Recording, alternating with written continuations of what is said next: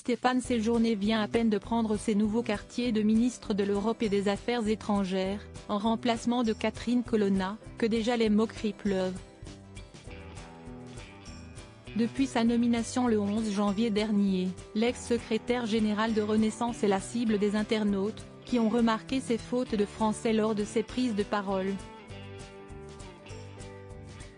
Comme le rapporte la Dépêche, l'ex-député européen a en effet été épinglé lors de son premier déplacement à Kiev en Ukraine, ce samedi 13 janvier. Sur le quai de la gare de la capitale, il a déclaré « Ce sera l'occasion de voir pour nous ce qu'ont besoin les Ukrainiens, plutôt que de dire ce dont ont besoin les Ukrainiens », formulation correcte.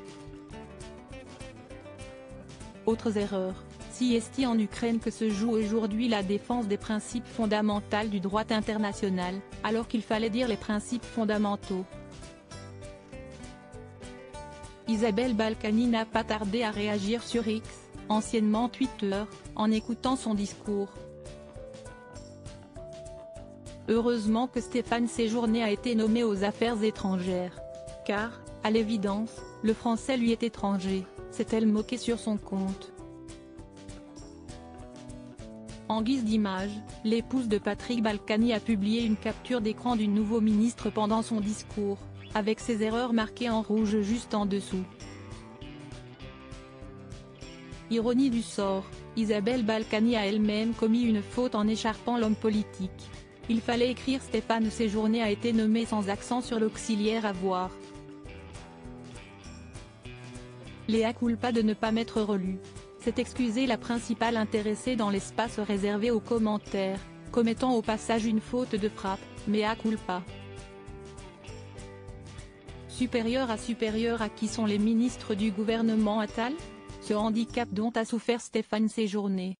Pour l'heure, Stéphane Séjourné, qui est en voyage en Pologne en ce lundi 15 janvier, n'a pas réagi publiquement à ces railleries, bien que des vidéos de ses prises de parole antérieures fusent sur la toile. Il affirme notamment dans l'une d'elles, « Si est pas moi qui décidera », tandis que la formulation correcte est, « Ce n'est pas moi qui déciderai ». Comme l'a rapporté Libération en novembre dernier, le ministre a souffert de dyslexie, un handicap qui l'a notamment affecté pendant son enfance. Mal à l'aise avec la prise de parole depuis toujours, sa première allocution officielle en mars 2019 avait été une épreuve particulièrement difficile pour lui. Stéphane Séjourné avait alors buté sur plusieurs noms, ont rappelé nos confrères. Le macroniste est en revanche très à l'aise avec l'espagnol, grâce à ses années passées au Mexique, à Madrid et à Buenos Aires. Crédit photo, Francis Petit.